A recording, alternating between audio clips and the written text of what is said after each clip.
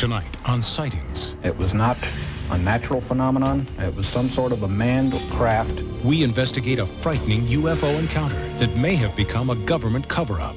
Then, in a Sightings exclusive, have we captured Bigfoot on videotape? This is the most compelling evidence to date that there is a Sasquatch.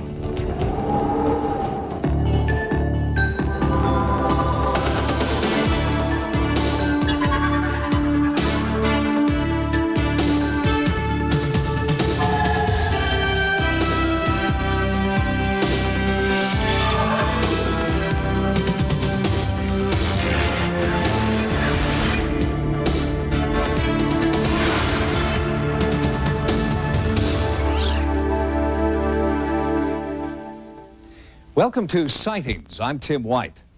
If there really have been UFO landings in the United States, why isn't there any hard evidence? Why haven't UFOs appeared on radar? Ufologists answer that our government has purposely and systematically suppressed information about alien spacecraft.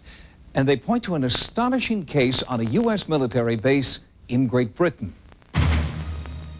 For nearly 50 years, UFO researchers have maintained that the U.S. government has systematically withheld information about encounters with aliens.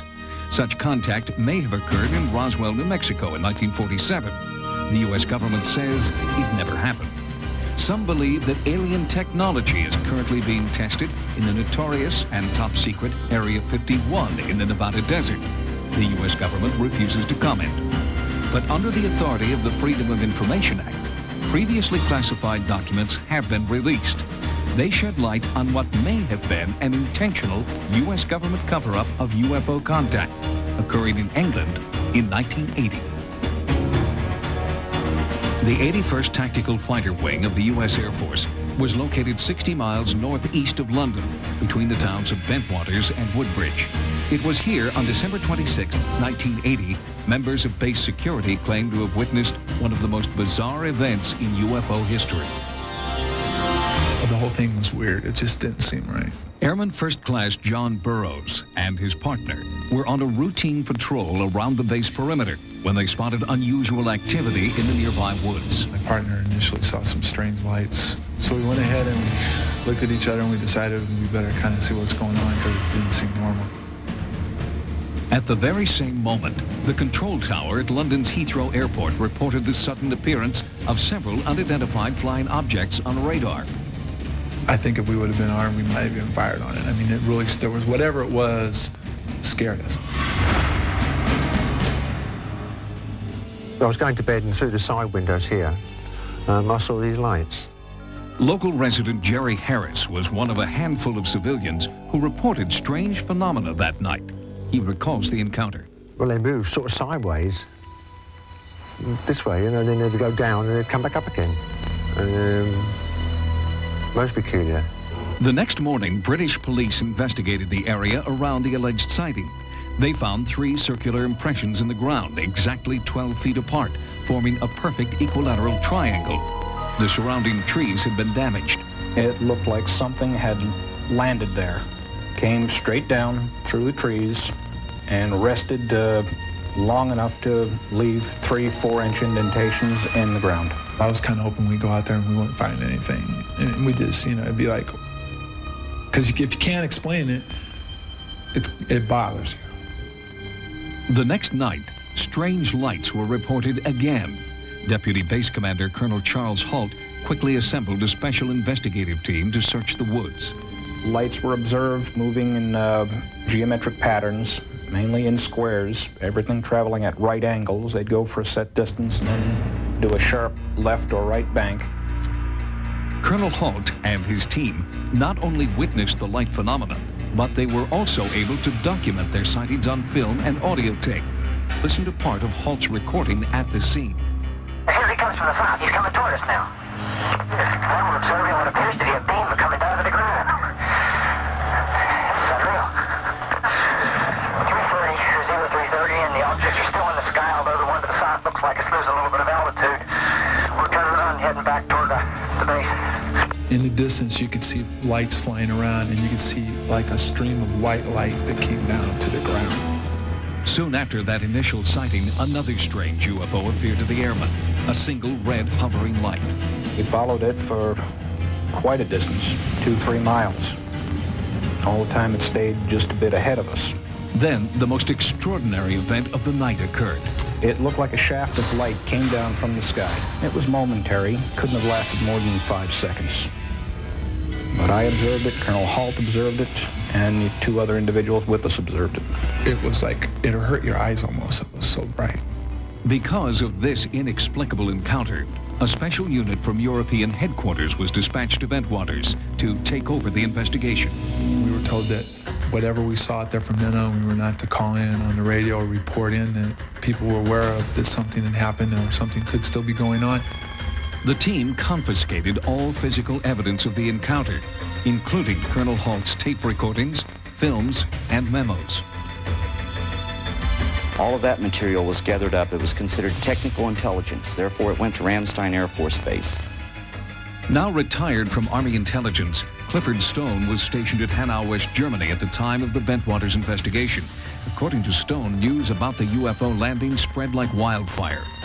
I know that they considered that craft to be under intelligent control, and they did not consider that intelligence to be of this earth. With so many credible witnesses, there's little doubt that something anomalous occurred that night. But what was it? There was no doubt it was an unidentified flying object, which is what a UFO is. The blue lights that we saw and what they were capable of doing could lead you to believe possibly that they were intelligent. It was not a natural phenomenon. It was some sort of a manned or unmanned craft, and it was being controlled by someone. Despite so much eyewitness testimony, skeptics maintain the encounter was not the result of otherworldly phenomena. Let's say that this wasn't a UFO incident. What is it that can cause highly trained Air Force security policemen who are armed to the teeth with automatic weapons, grenade launchers, pistols, what can cause them to run away from a light in the woods? Chuck DeCaro was a Defense Department correspondent for CNN who traveled to England to research the Bentwaters incident. He's heard many explanations for the strange lights. This was an important base. It had a nuclear weapons storage dump. If these guys were hallucinating, as some debunkers have claimed, what were they doing guarding those self-same nuclear weapons the next day and the next week? Others have speculated that the UFO was a top-secret U.S. military aircraft used to test the responses of base security forces. We exercised on a regular basis through every possible contingency at the ground troops, and there was no need for the Air Force to come up with something extra.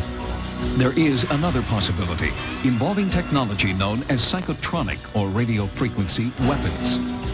There are those experts in the area of radio frequency weapons who say that RF energy can be delivered in such a form as to have an effect on human psychology or physiology. Sightings of unexplained lights identical to those reported at Bentwaters had also been reported in the former Soviet Union. Experts suggest these reports may be the result of experiments using similar weaponry. Unfortunately, none of these theories can be fully explored because the U.S. Air Force has refused to acknowledge that any encounters occurred. Some believe there's been a cover-up. I ended up going to Korea, and I can't prove it, but I really wasn't due for an assignment, and they kind of got me out of here in a hurry. Any attempt to gather physical evidence at the site is now impossible. The alleged landing site has been destroyed. When our sightings crew visited Bentwaters, this was all that remained of the woods. All that there, yes, the whole lot, 10,000 acres, was absolutely devastated. British UFO researcher Brenda Butler has been investigating the Bentwaters sighting since 1981. She claims that her efforts have been sabotaged by the U.S. and British governments. The Ministry of Defence have been on to us, telling us to keep quiet and, you know, not to say anything about it. What we can't understand is why this case, when all the other cases we've been on, we've been allowed to talk about it. I have no doubt that our government and other governments are withholding information. They don't know what's going on, or if they do, they're not willing to share that information with the general populace. And sooner or later, it's all going to come out. It wasn't until one of the base commander's top secret memos was released in 1983 that any information about the Bentwaters UFOs was made public. The U.S. Air Force still refuses to comment. Could it have been a weapons experiment? Possibly. Could it have been a visitation from a UFO? Possibly. Is there a cover-up? Probably. Is there more to come from the Bentwaters incident? You bet.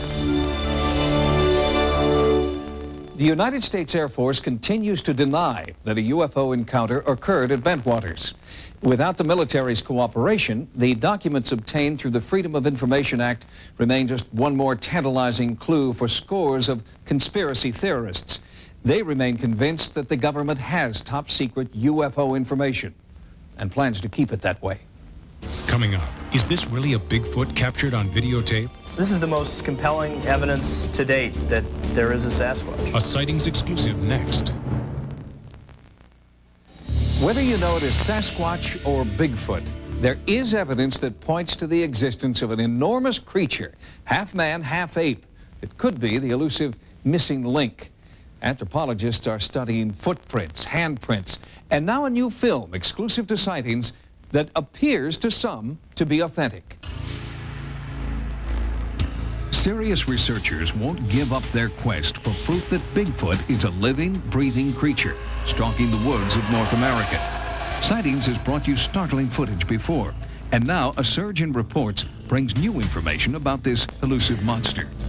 There are new eyewitness accounts, plaster footprints, photographs, and this exclusive videotape. This is the most compelling evidence to date that there is a Sasquatch. Researchers have now discovered what they believe is a pattern of Bigfoot activity, concentrated in eastern Washington state near the Idaho border. With over 50 sightings in the past year, local police here take Bigfoot reports seriously. One officer, Michael Bisbee, took us to the site of his own encounter. Early evening, about 6:30, 7 o'clock, I was on patrol in an area known as McCormick Ridge. And this big black object was walking away from me, walking into the timber. I really didn't know what it was. I didn't really get a good look at him. He was running so fast. There's no human could run that fast.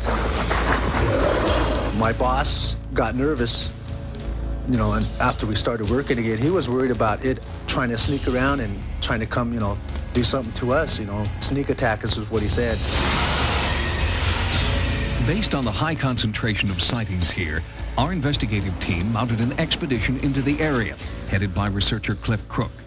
Cliff and his partner Dean Smith believe that only a small, unobtrusive team would have any chance of capturing a Bigfoot on film. It was just this kind of expedition, led by Roger Patterson in 1967, that resulted in a startling piece of evidence. This 16mm film is believed to be the only authenticated Bigfoot footage to date. Patterson's partner, Bob Gimlin, was there. When we came upon the creature, it was standing still by the creek. It immediately turned around and started to walk away. There is no way that this could ever be falsified or any man could be in a suit because of the movement of the muscle underneath the hair. The Patterson film is the second best evidence after some footprints. Professor Grover Krantz heads the anthropology department at Washington State University. His scholarly research concludes that Bigfoot is real. This is one of the most interesting ones. It's a 14.5-inch track. It shows what we call dermal ridges, the little fingerprint type ridges. And these have been studied by police fingerprint experts, and no one's found any flaw in any of them. This one is the imprint of some knuckles of the right hand. You can see it's substantially larger than my hand, and this is the thumb over here. The individual apparently stumbled, hit the hand on the ground, and left the imprint, and the cast was made of those 4 digits curled around, and the 5th digit, the thumb, coming out to the side. Right here is the thumbnail, the edge of the thumbnail. Professor Krantz divides his research time between lab study and expeditions into the field. He is constantly searching for new evidence to support his theories. His findings indicate that Bigfoot is nocturnal, a creature of the night. Sightings brought a specially equipped starlight filter into the research area. we hoped that this night vision feature would increase our chances of finding an actual Bigfoot. Unfortunately, bad weather forced us to end the investigation before any sightings occurred. Soon after our team left the area, an anonymous videotape arrived with a Washington State postmark. There are those who believe this is actual footage of a small, possibly female Bigfoot. The creature appears in 2 sections of this VHS tape. The tape is played in its entirety. Here, the supposed Bigfoot moves behind some trees and then, unexpectedly, turns toward the camera. Washington-based photo analyst Mike Stusser studied this videotape for sightings. The most compelling evidence in the tape is as simple as a head turn. In hoaxes, you see an animal that may be someone in a suit move with their head and their neck, and real Bigfoot specimens would move as a gorilla with their entire torso, and their head would move similarly. The typical ape posture has the shoulders carried very high and the mouth and the jaw is lower than the shoulder. So if an ape wants to turn its head, its jaw runs into its shoulder. The creature that Patterson watched turned its head, and then the shoulder went with it in what just as what you would expect with an ape. In the Patterson footage, you can see that the animal's walking straight forward, but then when he turns to see the cameraman, his entire body, his torso and all, moves up and to the right. Here in the most recent Washington footage, you've got the animal crouched in a clearing here, and then as it starts to look towards the camera person, its entire torso comes up and to the left. Its whole body, not just the neck, but up and to the left. Very similar to the Patterson footage. Is this evidence of the legendary missing link? Experts are divided, but they all continue to gather evidence. Although there is no proof positive that Bigfoot exists, to many the circumstantial evidence is overwhelming, and researchers remain dedicated to finding that one piece of hard evidence that will finally lay the controversy to rest. Joining us now is Richard Greenwell, Secretary for the International Society of Cryptozoology. Richard has conducted numerous expeditions in search of Bigfoot and the Loch Ness Monster. Richard, thanks for joining us. You've had a chance to look now at the new Bigfoot footage. What do you make of it? Is it the real thing or a hoax? I'd say probably a hoax. For one thing, the supposed creature looks very much like a costume to me. Its gait and movement is wrong. The gait is very human-like, and the movement is very slow. What else would you need to see to be sure that one exists? Well, the only evidence that's going to convince the zoologists and the anthropologists is physical remains, bones, or a part of an animal, or a complete animal, dead or alive. That's the bottom line. Is there any sort of photographic evidence or videotape evidence that you would find persuasive? If there was film footage that was in conjunction with extremely good eyewitness testimony from reliable people, then that would be a very strong case. Otherwise, when it's a videotape that comes in, you don't know who took it or it's questionable, has very little value. If you were a betting man, Richard, what would you say the odds are that there is a Bigfoot? Well, I may get into trouble for this, but I'd say, in my opinion, based on all the evidence I've looked at and the 3,000 reports, I would say that the odds are just over 50% that there is a living Sasquatch or Bigfoot. Richard Greenwell, thank you very much for being with us. And we will be back with more sightings in just a moment. Coming up, a rash of UFO sightings in Wisconsin leads to a special investigation. I believe that there's an intelligent life force out there somewhere, and I think it's visiting. We receive home videos from all over North America of what viewers believe are UFOs. Recently, we received 3 separate tapes from 3 different individuals who don't know each other. Yet they all shot the same thing, unidentified flying objects over Wisconsin. A bright light outside of Julie Graceffa's bedroom window compelled her to grab her camcorder and shoot into the Milwaukee night. I did begin to believe that they did want me to film them for some purpose, for some reason. Kevin Crump was driving his grandmother home when he grabbed his video camera. At first I thought it was a plane, but then when I slowed down and we looked, it shot out a blue light out of the back end. And we knew then couldn't have been a plane. A friend's phone call sent Beaver Dam resident Carol Putz into her yard with camera in tow. I believe that there's an intelligent life force out there somewhere, and I think it's visiting. Our dispatch center received about 12 calls from people stating that they had too seen these unexplainable lights in the sky. There's no doubt in my mind that there was something there. Those first calls came in on January 31st, 1993. Two sheriff's deputies tracked the strange lights for more than 20 minutes as they headed west, then sharply south into neighboring Jefferson County. What we've had with these recent sightings in Wisconsin are incredible people seeing incredible things. And it's also an added plus when the individuals that are reporting are trained observers. I believe the credibility of the people. I believe my deputies that they did see something. It's unexplained at this time. And as far as I'm concerned, I won't close it out until we have an answer to it. And if that answer is visitors from another planet, at least one witness welcomes the possibility of an alien encounter. Who says we're the only life forms around? Something or somebody living has got to be somewhere else. You know, we're not that special.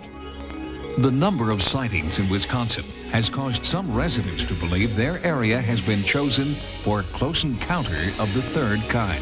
I don't want to be alone in it anymore. I want other people to see it now. I want witnesses with me. It's getting to be a little scary, the fact this thing is out here every night. And when is it going to go away? Is it going to be here forever or what? If you've sighted what you believe to be a UFO, or if you've captured on film or videotape any type of paranormal activity, our sightings investigative team wants to know about it. If you've had a paranormal experience, call the Sightings Hotline at 1-900-740-SIGHT. That's 1-900-740-SITE. Each call 75 cents a minute, average call lasts 2 minutes, and you must be 18 years or older.